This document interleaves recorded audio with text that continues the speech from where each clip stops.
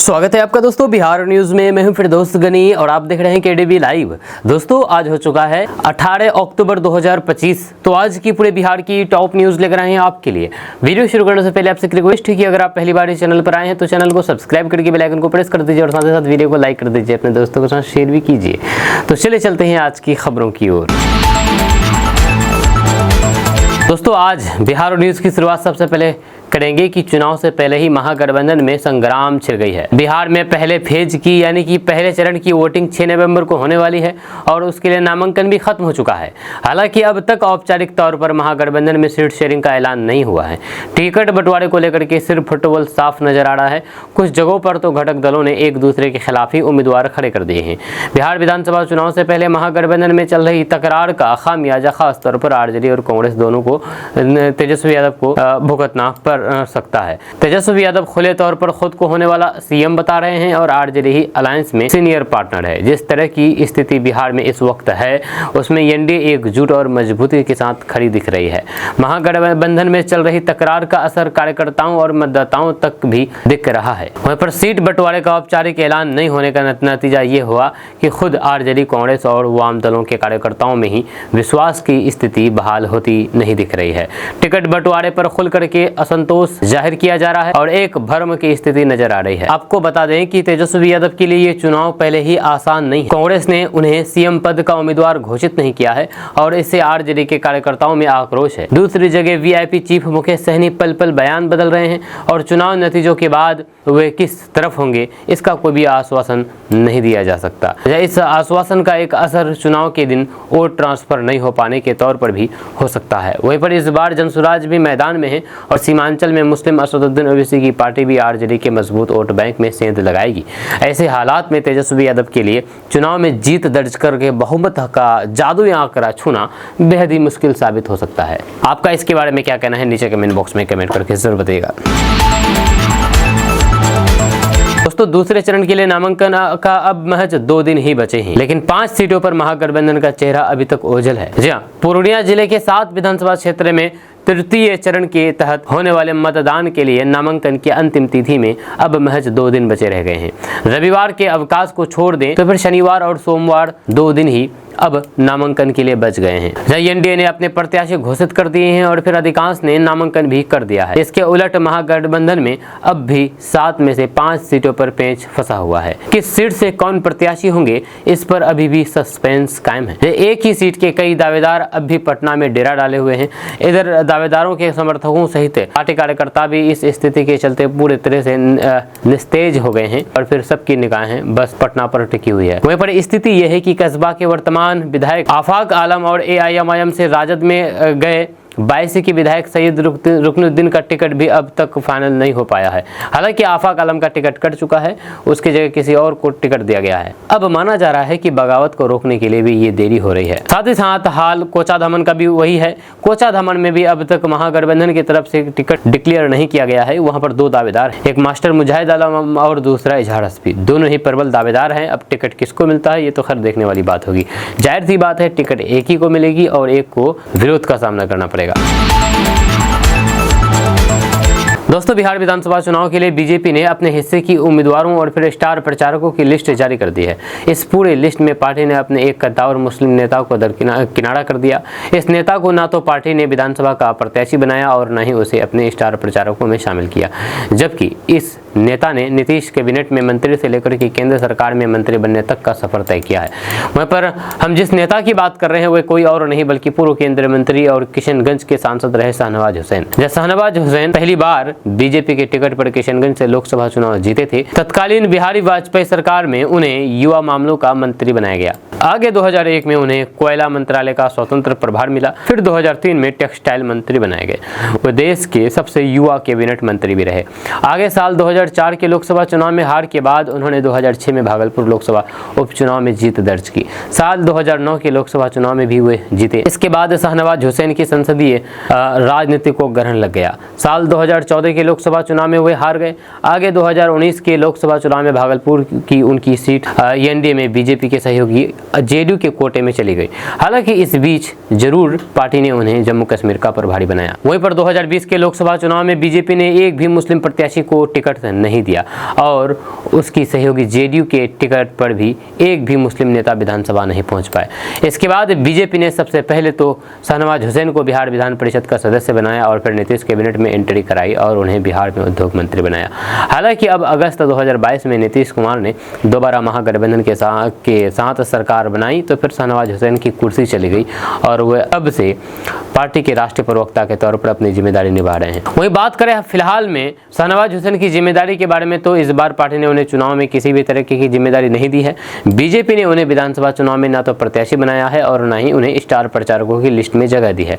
ऐसे में ये देखना दिलचस्प होगा कि नीतीश कैबिनेट से लेकर के केंद्र के सबसे यंग मंत्री बनने वाले शाहनवाज हुसैन का अगला कदम क्या होने वाला है। दोस्तों, महागठबंधन में सीटों को लेकर के मचे भारी घमासान के बीच आखिरकार मुकेश सहनी की विकासशील इंसान पार्टी ने उम्मीदवारों की पहली लिस्ट जारी कर दी है। वीआईपी की पहली लिस्ट में 6 उम्मीदवारों के नाम का ऐलान किया गया है। मुकेश सहनी ने दावा किया है कि उनकी पार्टी को 15 सीटें मिली है। हालांकि फिलहाल 6 उम्मीदवारों का नाम सामने आए हैं। विकासशील इंसान पार्टी ने दरभंगा की गौरा बोराम से मुकेश सहनी के भाई संतोष सहनी को अपना उम्मीदवार बनाया है। जहाँ संतोष सहनी वीआईपी के राष्ट्रीय अध्यक्ष भी हैं। वहीं पर 17 अक्टूबर को उन्होंने अपना नामांकन भी दाखिल कर दिया है। इस सीट से पहले मुकेश सहनी के चुनाव लड़ने की चर्चा थी, लेकिन ऐन वक्त पर उन्होंने हथियार डाल दिए और उनकी जगह उनके भाई ने अपना नामांकन दाखिल किया। वहीं पर वीआईपी ने दरभंगा टाउन से उमेश सहनी, आलमनगर से नवीन निषाद, औराई सीट से भोगेंद्र सहनी, बरूराज सीट से राकेश राय और फिर कुशेश्वर स्थान सीट से गणेश भारती सदा को अपना उम्मीदवार बनाया है। जल्द ही अन्य उम्मीदवारों की लिस्ट भी जारी होने की उम्मीद है। दोस्तों, बिहार चुनाव 2025 के बीच कल छपरा में ऐसा दृश्य देखने को मिला जिसने लाखों लोगों को भावुक कर दिया। भोजपुरी सिनेमा के सुपरस्टार खेसारी लाल यादव राजद प्रत्याशी के रूप में नामांकन दाखिल करने पहुंचे, लेकिन ये सिर्फ एक औपचारिकता नहीं थी, बल्कि ये एक भावनात्मक पल था जब एक कलाकार जनता का प्रतिनिधि बनने के लिए सियासत के रन में उतरा। खेसारी लाल यादव जब नामांकन स्थल से बाहर निकले तो उनकी आंखें भर आई। जब सामने मौजूद समर्थकों की भीड़ खेसारी भैया जिंदाबाद और फिर भोजपुरी के लाल अब जनता के नेता के नारे लगा रही थी। माहौल में जोश और फिर भावना दोनों थी। इस बीच खेसारी लाल यादव जब मरोड़ा के राजद विधायक जितेंद्र राय से मिले तो फिर खुद को रोक नहीं पाए और गले लगा करके फूट फूट करके रो पड़े। जब दोनों के बीच इस भावनात्मक पल ने वहां मौजूद हर शख्स को भावुक कर दिया।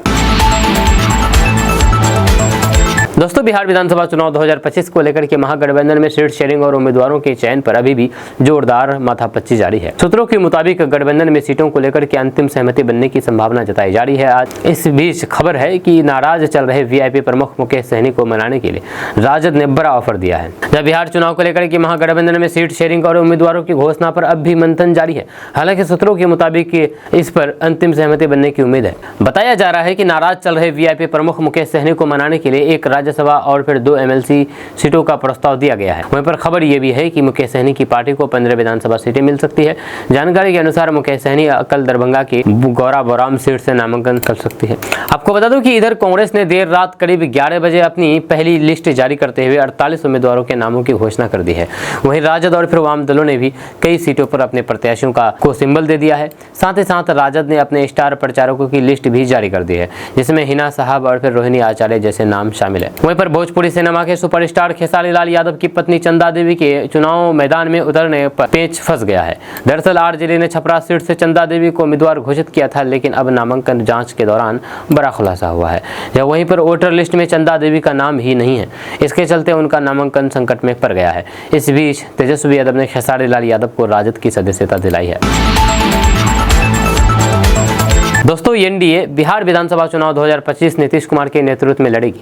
जब चुनाव के बाद नीतीश कुमार एक बार फिर से बिहार के सीएम बनेंगे या नहीं, इस पर केंद्रीय गृह मंत्री अमित शाह और फिर परिवहन मंत्री नितिन गडकरी का बयान सामने आया है। दोनों नेताओं ने कहा कि चुनाव के बाद प्रक्रिया के तहत सीएम का चुनाव होगा। इस पर जेडीयू की प्रतिक्रिया सामने आई है। पार्टी के मुख्य प्रवक्ता नीरज कुमार ने कहा कि इसमें कोई भी विवाद नहीं है, नीतीश कुमार ही सीएम बनेंगे। लेकिन उन्होंने लालू यादव, तेजस्वी यादव समेत पूरे लालू परिवार को लपेटे में ले लिया है। वीडियो बयान जारी करके नीरज कुमार ने कहा कि केंद्रीय गृह मंत्री अमित शाह ने स्पष्ट के साथ कहा कि नीतीश कुमार जी के नेतृत्व में चुनाव लड़ा जाएगा। उन्होंने सीएम के चुनाव की प्रक्रिया को स्पष्ट किया है। नीतीश कुमार जनता की आवाज है और फिर 2025 में फिर से मुख्यमंत्री बनेंगे। यह हमारे गठबंधन में कोई संशय इस पर नहीं है। यहाँ तो करार है, कोई दरार नहीं। परेशानी विपक्षी दलों में है। लालू जी का पूरा कुनबा ही उलझ गया। कोई दादी का फोटो लेकर के जा रहा है, कोई मम्मी पापा को लेकर के जा रहा है, कोई सिंगापुर से संदेश दे रहा है। बिहार में तय है 25 से 30 फिर से एनडीए के नीतीश। वहीं पर नीरज कुमार ने कहा है कि बिहार के सभी तबकों में नीतीश कुमार के प्रति खास आकर्षण है, जहां उनके नाम पर और फिर काम पर कोई विवाद नहीं है। लोग उन्हें सीएम के रूप में देखना चाहते हैं। गृह मंत्री भी उन्हें देश के शीर्ष नेताओं में शामिल बताते हैं। दोस्तों, किशनगंज जिले के 4 विधानसभा क्षेत्रों में दूसरे चरण में मतदान होना है। 20 अक्टूबर तक नामांकन की अंतिम तिथि निर्धारित है, लेकिन अब तक महागठबंधन में 3 सीटों पर पेच फंसा हुआ है। अब तक मात्र बहादुरगंज सीट से कांग्रेस ने टिकट की घोषणा की है, जबकि यहां से राजद के विधायक थे। वहीं एआईएमआईएम भी 3 सीटों पर प्रत्याशियों की घोषणा नहीं की है, जबकि जनसुराज पार्टी अब तक 2 सीट पर प्रत्याशी दी है, जबकि एनडीए ने 4 सीट से प्रत्याशियों के नामों की घोषणा कर दी है। वहीं पर किशनगंज जिले के 4 विधानसभा क्षेत्र में एनडीए की ओर से भाजपा 2, लोजपा 1 और फिर जनता दल यूनाइटेड यानी कि जेडीयू 1 सीट पर चुनाव लड़ रही है। किशनगंज सदर सीट से भाजपा ने 5वीं बार स्वीटी सिंह को मैदान में उतारा। इसी तरह भाजपा ने कोचाधामन सीट से एक साधारण कार्यकर्ता वीणा देवी को टिकट दिया गया, जबकि ठाकुरगंज से जेडीयू ने पूर्व विधायक गोपाल अग्रवाल पर भरोसा जताया। लोजपा रामविलास से बहादुरगंज सीट पर पार्टी नेता कलीमुद्दीन को सिंबल दिया गया, लेकिन महागठबंधन 1 सीट को छोड़ करके 3 सीट में पेच फंसा हुआ है। वहाँ पर कोचाधामन सीट से साल 2020 के चुनाव में एआईएमआईएम से जीते इजहार अस्फी ने राजद की सदस्यता ग्रहण कर ली थी, लेकिन अब तक उनके नाम पर सहमति नहीं बनी है। यहाँ से पूर्व विधायक मुजाहिद आलम हाल ही में राजद में शामिल होने के बाद टिकट के लिए दावेदारी दे दी है। सूत्र बताते हैं कि 2 दावेदार रहने की वजह से यहाँ पर पेच फंसा हुआ है। इसी तरह बहादुरगंज विधानसभा सीट से एआईएमआईएम के टिकट पर जीते अंजार नेमी बाद में राजद में शामिल हो गए थे। अब यह सीट कांग्रेस की हो गई है। वहीं पर साल 2020 के चुनाव में कांग्रेस यहां से मैदान में उतरी थी और उनके प्रत्याशी तौसीफ आलम तीसरे नंबर पर रहे थे, जो वर्तमान में भी एआईएमआईएम के प्रत्याशी हैं। वहीं पर गठबंधन में यह सीट कांग्रेस के चले जाने के बाद राजद के विधायक अंजार नेमी के अगले कदम का लोगों को इंतजार है। यहां से कांग्रेस पार्टी ने मुसब्बिर आलम को टिकट दिया है, जबकि ठाकुरगंज से वर्तमान में राजद के सऊद आलम विधायक हैं। यह सीट राजद के खाते में जाने की बात कही जा रही है, लेकिन अब तक नामों की घोषणा नहीं हुई है। दोस्तों, बिहार विधानसभा चुनाव के लिए बीजेपी ने 40 स्टार प्रचारकों की लिस्ट जारी की है। इनमें सांसद मनोज तिवारी और रवि किशन का नाम भी शामिल है। जब दोनों सांसद पटना पहुंचे, जहां पर कई मुद्दों पर उन्होंने बयान दिया। इस दौरान रवि किशन ने खेसारी लाल यादव को छोटा भाई बताया, जबकि मनोज तिवारी ने भी बड़ा बयान दिया है। पत्रकारों ने जब रवि किशन से खेसारी लाल यादव के चुनाव लड़ने पर सवाल किया तो उन्होंने कहा कि वो हमर छोट भाई बारन, विचार उनकर अलग हुई। इसके अलावा रवि किशन ने बिहार में जनता का मिजाज भी बताया है। उन्होंने कहा है कि जनता का मिजाज पीएम मोदी और सीएम नीतीश कुमार को लेकर को दोबारा लाना है। यहाँ की जनता विकास, सुरक्षा और फिर न्याय के साथ है। वहीं पर इसके साथ ही मनोज तिवारी से भी खेसारी लाल यादव को लेकर के सवाल किया गया, जिस पर उन्होंने कहा कि राजनीति में आए मगर सेवा भावना कैसे होगी, ये भी उन्हें सोचना चाहिए। एनडीए की लहर है, इस लहर में सफलता मिलेगी या नहीं, मुझे डाउट है। एनडीए का जो भी विरोध कर रहा है वो बिहार का विरोध कर रहा है। वहीं पर बीजेपी सांसद मनोज तिवारी ने महागठबंधन को लेकर के कहा कि जहां पर आपस में दिल नहीं मिले हो और फिर फायदे के लिए गठबंधन हो, वहां पर महागठबंधन जैसा विवाद होता है। आपको बता दूं कि खेसारी लाल यादव आरजेडी की टिकट से छपरा विधानसभा सीट से चुनावी मैदान में उतरने वाले हैं, जबकि उतर गए हैं कहा जाए तो। खेसारी लाल यादव ने अपने बयान दिया था कि वे चाहते हैं कि उनकी पत्नी चंदा यादव चुनाव लड़े।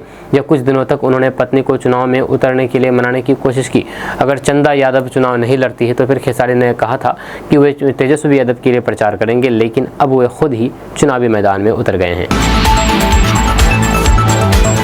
दोस्तों, चिराग पासवान के चुनावी स्ट्राइक रेट की असली अग्नि परीक्षा इस बार होनी है, क्योंकि एनडीए में चिराग पासवान ने 29 सीटें तो हासिल कर ली है, लेकिन भाजपा और जेडीयू ने अपनी 26 हारी हुई सीटें चिराग पासवान को थमा दी है। जेडीयू की कुछ सिटिंग सीटें चिराग पासवान को मिली थी, जिसे जेडीयू वापस ले चुका है। अब भाजपा जेडीयू की सिर्फ 2 सिटिंग यानी कि जीती हुई सीटें ही चिराग पासवान के खाते में है। एक सीट बोचहा वीआईपी की सिटिंग सीट है, जो कि पिछली बार एनडीए के साथ था। वहीं पर भाजपा ने अपनी सिर्फ एक सिटिंग सीट गोविंदगंज लोजपा को दी है। यहाँ से लोजपा के प्रदेश अध्यक्ष राजू तिवारी चुनाव लड़ रहे हैं। वहीं पर जेडीयू ने अपनी सिर्फ एक सिटिंग सीट परबत्ता चिराग पासवान को दी। ये सीट भी जेडीयू ने चिराग पासवान को इसलिए दी है क्योंकि जेडीयू के विधायक संजीव सिंह पाला बदल करके राजद के उम्मीदवार बन चुके हैं। जब वहाँ पर जेडीयू के पास अब कोई भी बेहतर विकल्प नहीं था, लिहाजा वे चिराग पासवान के लिए छोड़ दिया। वहीं पर एनडीए की हारी हुई 26 सीटें जो कि चिराग पासवान को दी गई है, उनमें से सिर्फ 2 सीट सुगोली और फिर नाथनगर ही लगभग 1000 के कम अंतर से हारे थे। बचे हुए सभी 24 सीट एनडीए के बड़े अंतर से हारा था। भाजपा की फतुआ जैसी कुछ ऐसी सीटें भी हैं। भाजपा पिछले कई बार से हारता रहा है। ऐसे ही लगातार हारने वाले कुछ सीटें भी जेडीयू ने चिराग पासवान के लिए छोड़ दी है। ऐसे में अपने स्ट्राइक रेट को बरकरार रखना चिराग पासवान के लिए एक बार बड़ी चुनौती है, इस बार बड़ी चुनौती है। दोस्तों, महागठबंधन में सीटों के बंटवारे पर पप्पू यादव खुश नहीं हैं। उन्होंने कहा कि आखिर कितनी कुर्बानी लेगी आरजेडी। दरअसल बिहार विधानसभा चुनाव के लिए दोनों गठबंधनों में सीटों के बंटवारे को लेकर की तस्वीर अब साफ हो गई है। सीटों के बंटवारे के बाद एनडीए के नेता जहां पर एक बार फिर से बिहार में नीतीश कुमार को 10वीं बार सीएम बनाने की बात कर रहे हैं, वहीं महागठबंधन के नेता अभी भी सीटों को लेकर के बयानबाजी कर रहे हैं। इसी कड़ी में पूर्णिया के सांसद और कांग्रेस नेता पप्पू यादव ने आरजेडी पर हमला बोला है। जब मीडिया से बातचीत करते हुए उन्होंने कहा कि वे महागठबंधन में टिकट बंटवारे से पूरी तरीके से संतुष्ट नहीं है। गठबंधन धर्म निभाने के लिए आखिर कब तक कांग्रेस ही कुर्बानी देती रहेगी। अपनी बात को आगे बढ़ाते हुए पप्पू यादव ने कहा कि गुलामी से आजादी कांग्रेस ने दिलाई, लेकिन हमेशा कांग्रेस से ही परीक्षा ली जाती है। गुलामी करने का वक्त चला गया। उन्होंने कहा कि गठबंधन में किसी भी निर्णय प्रक्रिया में बीच का रास्ता निकाला जाता है, लेकिन पूर्ण संतुष्टि संभव नहीं है। थोड़े नाराज तो होंगे ही, खास करके जब हमारी सेटिंग सीटों पर हमला किया जाता है। वहीं पर महागठबंधन में बछवाड़ा सीट को लेकर के कोहराम मचा हुआ है। जब कांग्रेस के प्रत्याशी उतारने के बाद भाकपा ने कड़ी आपत्ति जताई है। बछवाड़ा उन सीटों में शामिल है जहां पर गठबंधन के सहयोगी दलों के बीच खींचतान चरम पर है। इस पर पप्पू यादव ने कहा कि बछवाड़ा कांग्रेस की पारंपरिक सीट नहीं है, लेकिन गठबंधन में सम्मान का सवाल है। सीपीआई ने दावा किया है कि ये उनकी सीट है और उनके उम्मीदवार ने नामांकन दाखिल कर दिया है। दोस्तों, महागठबंधन में सीटों की खींचतान के बाद वीआईपी प्रमुख मुकेश सहनी ने बड़ा ऐलान कर दिया है। मुकेश सहनी ने कहा है कि वे बिहार विधानसभा चुनाव नहीं लड़ेंगे और न ही राज्यसभा जाएंगे। हालांकि उन्होंने ये भी कहा कि महागठबंधन की सरकार बनने के बाद उन्हें डिप्टी सीएम बनना है। दरअसल वीआईपी प्रमुख मुकेश सहनी के दरभंगा जिले के गौरा बौराम सीट से लड़ने की बात कही जा रही थी, लेकिन अब उन्होंने सीधे चुनावी मैदान में उतरने से इनकार कर दिया। पहले चरण के नामांकन के आखिरी दिन आरजेडी उम्मीदवार अफजल अली ने गौरा बौराम से अपना पर्चा दाखिल कर दिया। इससे पहले मुकेश सहनी सीट बंटवारे को लेकर के नाराज बताए जा रहे थे, लेकिन गुरुवार देर रात आरजेडी और फिर कांग्रेस ने उन्हें मना कर दिया था, जिसके बाद महागठबंधन में सीटों के बंटवारे पर सहमति बन गई थी। मुकेश सहनी ने मीडिया से बातचीत करते हुए कहा कि वे विधानसभा चुनाव नहीं लड़ेंगे, बल्कि अपनी पार्टी वीआईपी के प्रत्याशियों के लिए चुनाव प्रचार करेंगे। आरजेडी से मिले राज्यसभा सीट के ऑफर पर उन्होंने कहा कि सरकार बनने पर मुझे डिप्टी सीएम बनना है, राज्यसभा नहीं जाना है। इससे पहले वीआईपी के राष्ट्रीय प्रवक्ता देव ज्योति ने देर रात कहा था कि मुकेश सहनी खुद दरभंगा जिले के गौरा बौराम सीट से चुनाव लड़ेंगे। चुनाव में कम सीट मिलने की भरपाई करने का भी भरोसा दिलाते हुए 15 सीटों के साथ साथ एक राज्यसभा और फिर 2 एमएलसी सीट यानी कि विधान परिषद सीट का भी ऑफर दिया है।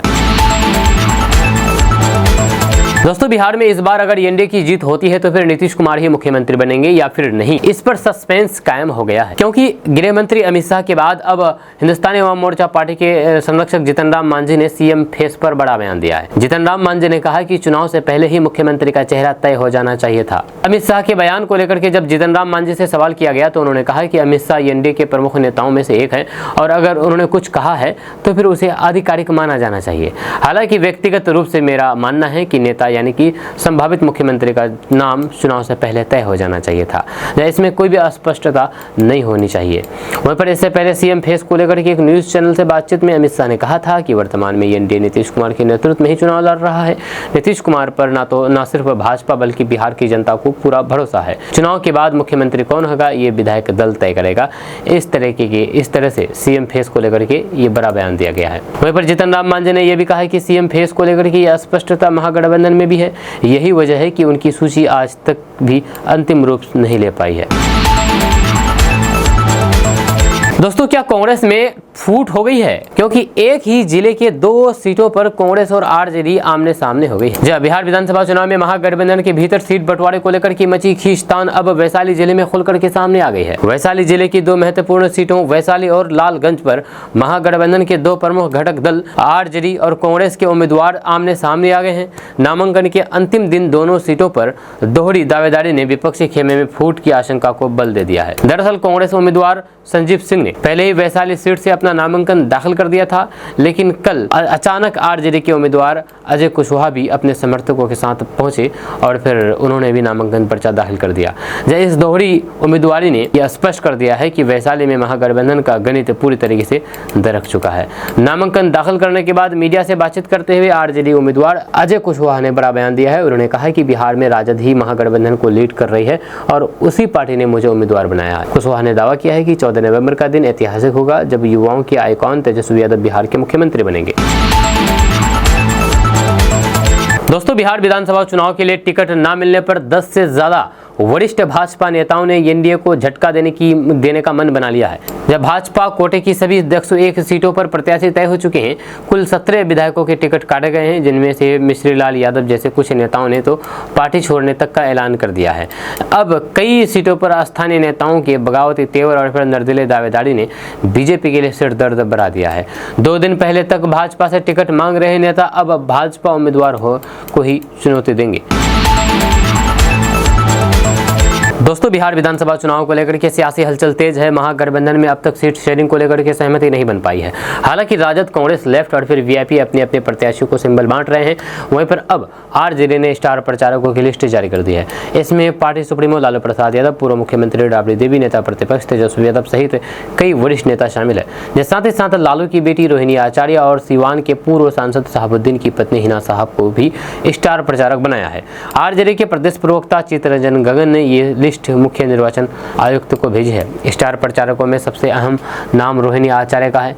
दरअसल पिछले दिनों लालू परिवार के भीतर विवादों के बीच रोहिणी आचार्य सोशल मीडिया पर चर्चा में आई थी। उन्होंने तेजस्वी यादव के सलाहकार संजय यादव पर तंज कसते हुए पोस्ट शेयर किया था और कहा कि उन्हें कोई भी टिकट नहीं चाहिए, उनका आत्मसम्मान सर्वोपरि है। जिसके बाद रोहिणी आचार्य ने सोशल मीडिया से अपने परिवार और फिर पार्टी के सभी लोगों को हटा दिया था। जब माना जा रहा था कि तेज प्रताप यादव के बाद रोहिणी आचार्य भी पार्टी से दूर हो जाएगी। हालांकि अब स्टार प्रचारकों में रोहिणी आचार्य के नाम आने से माना जा रहा है कि रोहिणी आचार्य की नाराजगी खत्म हो गई है। आपको बता दूं कि रोहिणी आचार्य ने 2024 में राजद के टिकट पर छपरा से लोकसभा चुनाव लड़ा था। हालांकि उन्हें राजीव प्रताप रूडी के हाथों हार का सामना करना पड़ा था। दोस्तों, बिहार विधानसभा चुनाव 2025 का सियासी संग्राम जारी है। राजनीतिक दलों के नेता जनता के बीच पहुंच करके चुनावी घोषणाओं की बौछार कर रहे हैं। इसी बीच उत्तर प्रदेश के उप मुख्यमंत्री केशव प्रसाद मौर्य ने बिहार में एनडीए की तरफ से मुख्यमंत्री के फेस को लेकर के बड़ा बयान दिया है। बिहार की राजधानी पटना पहुंचे डिप्टी सीएम केशव प्रसाद मौर्य ने कहा कि पहले एनडीए की हवा चल रही थी, फिर आंधी चल रही थी, अब एनडीए की सुनामी चल रही है। केशव प्रसाद मौर्य ने दावा किया है कि बिहार में 2025 में हम लोग 2006 दोहराने की स्थिति की ओर बढ़ गए हैं। केशव प्रसाद मौर्य ने कहा है कि बिहार देश की राजनीति की मिसाल बनेगा, बिहार का संदेश पूरे देश में जाएगा। उन्होंने कहा है कि जंगल राज कोई भी नहीं चाहता है, गुंडा राज कोई नहीं चाहता है, माफिया राज कोई नहीं चाहता है, सबका साथ सबका विकास एनडीए कर रहा है। वहीं पर बिना नाम लिए विपक्षी दलों पर निशाना साधते हुए केशव प्रसाद मौर्य ने कहा है कि कुछ का साथ परिवार का विकास, कुछ का साथ गुंडों का विकास, कुछ का साथ नौकरी देकर के जमीन लिखाने वाले का विकास करने वालों को बिहार की जनता ने नकार दिया है। दोस्तों, बिहार विधानसभा चुनाव को लेकर एक घमासान के बीच सबसे बड़ा सवाल यही कि अगर एनडीए जीता तो फिर मुख्यमंत्री कौन बनेगा। इस सवाल पर अब बीजेपी के 2 दिग्गज नेताओं केंद्रीय गृह मंत्री अमित शाह और नितिन गडकरी ने अपनी बात रखी है। जहां उनके बयानों ने जेडीयू प्रमुख नीतीश कुमार के भविष्य को लेकर के चल रहे सस्पेंस को और गहरा दिया है। हालांकि अमित शाह ने यह साफ कर दिया है कि एनडीए ये चुनाव नीतीश कुमार के नेतृत्व में लड़ रहा है, लेकिन सीएम पद का फैसला चुनाव के बाद होगा। जहाँ एक कार्यक्रम में अमित शाह से पूछा गया सीएम पद को लेकर के, तो उन्होंने कहा स्पष्ट कर दिया है कि गठबंधन में कोई भी दल कई दल है और चुनाव नतीजों के बाद सभी पार्टियों के नेता मिलकर के अपने नेता का चुनाव करेंगे। उन्होंने जोर देकर के कहा है कि चुनाव नीतीश कुमार के नेतृत्व में ही लड़ाया जा रहा है और वे हमारे गठबंधन का नेतृत्व कर रहे हैं। दोस्तों, बिहार विधानसभा चुनाव से पहले सीएम नीतीश कुमार को बड़ा झटका लगा है। जेडीयू की जिलाध्यक्ष के बाद अब प्रदेश सचिव बद्री भगत ने भी इस्तीफा दे दिया है। रोहतास में जेडीयू में घमासान देखने को मिल रहा है। चुनाव से पहले ही सीएम नीतीश कुमार की पार्टी की में भगदड़ देखने को मिल रहा है। लगातार नेता पार्टी से इस्तीफा दे रहे हैं। ऐसे में नेताओं का पार्टी छोड़ना जेडीयू के लिए मुश्किल खड़ा हो सकता है। दरअसल सासाराम से बड़ी खबर सामने आ रही है, जहाँ पर रोहतास जिला जेडीयू में अंदरूनी कलह गहराती जा रही है। जिलाध्यक्ष अजय कुशवाहा के इस्तीफे के बाद अब पार्टी के प्रदेश सचिव बद्री भगत ने भी जेडीयू से इस्तीफा दे दिया है। उन्होंने अपने समर्थकों के साथ पार्टी मुख्यालय पहुंच करके इस्तीफा पत्र सौंपा है। दोस्तों, केंद्रीय गृह मंत्री अमित शाह के बयान ने बिहार में सियासी घमासान शुरू कर दिया। अमित शाह ने बीते दिनों कहा था कि 2025 का चुनाव एनडीए नीतीश कुमार के नेतृत्व में तो लड़ेगा, लेकिन साथ ही उन्होंने ये भी कहा कि सीएम का चुनाव विधायक के दल की बैठक में होगा, जिसके बाद से ही ये कयास लगाए जा रहे हैं कि सीएम नीतीश कुमार बिहार के अगले मुख्यमंत्री नहीं होंगे। विपक्ष लगातार दावा कर रहे हैं कि बीजेपी नीतीश कुमार को मुख्यमंत्री नहीं बनना चाहती है। वहीं पर अब अमित शाह के बयान में मुंगेर सांसद ललन सिंह ने बड़ा बयान दिया है। ललन सिंह ने कहा है कि नीतीश कुमार के नेतृत्व में ही चुनाव होगा। दरअसल मुंगेर जिला के जमालपुर विधानसभा सीट से जदयू प्रत्याशी नचिकेता मंडल के नामांकन के दौरान केंद्रीय मंत्री ललन सिंह ने बड़ा बयान दिया है। नामांकन कार्यक्रम में पहुंचे ललन सिंह ने मीडिया से बातचीत करते हुए कहा कि इस बार एनडीए 200 से ज्यादा सीटें जीत करके 2010 का इतिहास दोहराएगा। उन्होंने महागठबंधन प्रति का हमला करते हुए कहा कि महागठबंधन नहीं बल्कि ये ठग बंधन है, कोई इधर सिंबल बांट रहा है तो कोई उधर, ये केवल एनडीए के विरोध में मजबूरी में गठबंधन बना है। वहीं तेजस्वी यादव के नौकरी देने वाले बयान पर ललन सिंह ने तंज कसते हुए कहा कि उनके पिता लालू प्रसाद यादव ने भी रेल मंत्री रहते हुए नौकरी दी थी, लेकिन जमीन के बदले अदालत ने हाल ही में इस मामले में संज्ञान लिया है। तेजस्वी यादव भी जमीन के बदले नौकरी देंगे, सबसे जमीन ले लेंगे और अकेले मालिक बन जाएंगे। वहीं पर गृह मंत्री अमित शाह के बयान पर उन्होंने कहा कि एनडीए नीतीश कुमार के नेतृत्व में ही चुनाव लड़ रहा है। उन्होंने जोड़ा है कि पिछले बार भी जब जेडीयू की कम सीटें आई थी तब प्रधानमंत्री नरेंद्र मोदी ने खुद नीतीश कुमार को मुख्यमंत्री बनने का आग्रह किया था। ललन सिंह ने दावा किया है कि जनता इस बार विकास, सुशासन और फिर स्थिर सरकार के नाम पर एनडीए को ही जनादेश देगी। दोस्तों, बिहार विधानसभा चुनाव को लेकर के सियासी पारा लगातार चढ़ता जा रहा है। बिहार की सत्ताधारी पार्टी जेडीयू ने चुनाव प्रचार के लिए अपनी रणनीति को धार देते हुए स्टार प्रचारकों की लिस्ट जारी कर दी है। जब पार्टी ने कुल 40 नेताओं को स्टार प्रचारक नियुक्त किया है। बिहार की 243 विधानसभा सीटों पर एनडीए के उम्मीदवारों के समर्थन में प्रचार करेंगे। वहीं मुख्यमंत्री नीतीश कुमार इस लिस्ट में सबसे प्रमुख चेहरा है और उनका नाम सूची में सबसे ऊपर दर्ज है। नीतीश कुमार एक बार फिर से बिहार की जनता के बीच पहुंच करके एनडीए के पक्ष में समर्थन जुटाने की कोशिश करेंगे। चुनावी माहौल में देखते हुए ये साफ है कि जेडीयू कोई कसर नहीं छोड़ना चाहती है और अपनी पूरी ताकत मैदान में उतारने के मोड में है। वहीं पर जेडीयू द्वारा जारी इस लिस्ट में कई अन्य प्रमुख नेता भी शामिल हैं। दूसरे नंबर पर राज्यसभा सांसद और जेडीयू के कार्यकारी अध्यक्ष संजय कुमार झा का नाम है। पार्टी के रणनीतिकार मानते हैं और संगठन के मजबूत स्तंभ है। उनके अलावा पार्टी अध्यक्ष राजीव रंजन सिंह उर्फ ललन सिंह, वरिष्ठ नेता रामनाथ ठाकुर और कई सारे स्टार प्रचारकों की सूची में शामिल है। वहीं पर पार्टी सूत्रों के मुताबिक इन सभी नेताओं को विभिन्न क्षेत्रों की जिम्मेदारियां सौंपी जाएगी ताकि पूरे राज्य में प्रभावित प्रचार किया जा सके। ये नेता जनसभाएं करेंगे, रोड शो निकालेंगे और फिर जनता के बीच जाकर के केंद्र और राज्य सरकार की उपलब्धियों को गिनाएंगे। साथ ही साथ विपक्ष पर भी हमला बोलेंगे और एनडीए की नीतियों को जनता तक पहुंचाएंगे। आपको बता दूं कि इस बार का बिहार चुनाव काफी अहम माना जा रहा है। विपक्ष लगातार सरकार को घेरने की कोशिश में जुटा हुआ है। ऐसे में एनडीए की तरफ से मजबूत और फिर अनुभवी चेहरे को प्रचार में उतारना एक रणनीतिक कदम माना जा रहा है। जेडीयू का ये कदम बताता है कि पार्टी पूरी तैयारी और गंभीरता के साथ मैदान में उतर चुकी है। पार्टी की रणनीति साफ है, हर क्षेत्र में अपने अनुभवी नेताओं को उतार करके मतदाताओं से सीधा संवाद स्थापित किया जाए और एनडीए उम्मीदवारों के पक्ष में जन समर्थन को बढ़ाया जाए। आने वाले दिनों में इन स्टार प्रचारकों की रैलियां और सभाएं चुनावी माहौल को और गर्मा देगी। दोस्तों, चर्चित यूट्यूबर मनीष कश्यप इस बार बिहार विधानसभा चुनाव लड़ेंगे, जहां प्रसाद किशोर ने उन्हें जनसुराज से अपना टिकट दिया है। दरअसल लंबे वक्त के बाद बिहार की विधानसभा चुनाव में इस बार त्रिकोणीय मुकाबला देखने को मिल सकता है। एक तरफ सत्ताधारी गठबंधन एनडीए, दूसरी तरफ विपक्षी इंडिया गठबंधन, तो तीसरी ताकत के तौर पर दोनों ही गठबंधन को चुनाव रणनीतिकार प्रसाद किशोर की पार्टी जनसुराज की चुनौती मिल रही है। बात करें उम्मीदवारों की लिस्ट की तो फिर जनसुराज ने पहले चरण के चुनाव के लिए अपने प्रशांत किशोर के जनसुराज ने अब तक कैंडिडेट की 2 लिस्ट जारी की है। पहली सूची में 66 जबकि दूसरी में 71 नाम शामिल है। पार्टी ने अब एक और बड़ा फैसला लेते हुए चर्चित लेकिन विवादित यूट्यूबर मनीष कश्यप को भी मैदान में उतार दिया है। मनीष कश्यप को पश्चिमी चंपारण जिले के चनपटिया विधानसभा सीट से चुनाव लड़ने के लिए पार्टी ने सिंबल दिया है। यूट्यूबर मनीष कश्यप 18 अक्टूबर को अपना नामांकन भरेंगे। हालांकि प्रशांत किशोर खुद भी चुनाव नहीं लड़ने की बात कह चुके हैं। दोस्तों, बिहार में विधानसभा चुनाव को लेकर के सियासी सरगर्मियां तेज हो गई है, जहां राजनीतिक दलों ने चुनाव प्रचार में अपनी ताकत झोंक दी है। इस बीच प्रशांत किशोर की जनसुराज पार्टी ने स्टार प्रचारकों की लिस्ट जारी कर दी है, जिसमें 20 नेताओं के नाम शामिल है।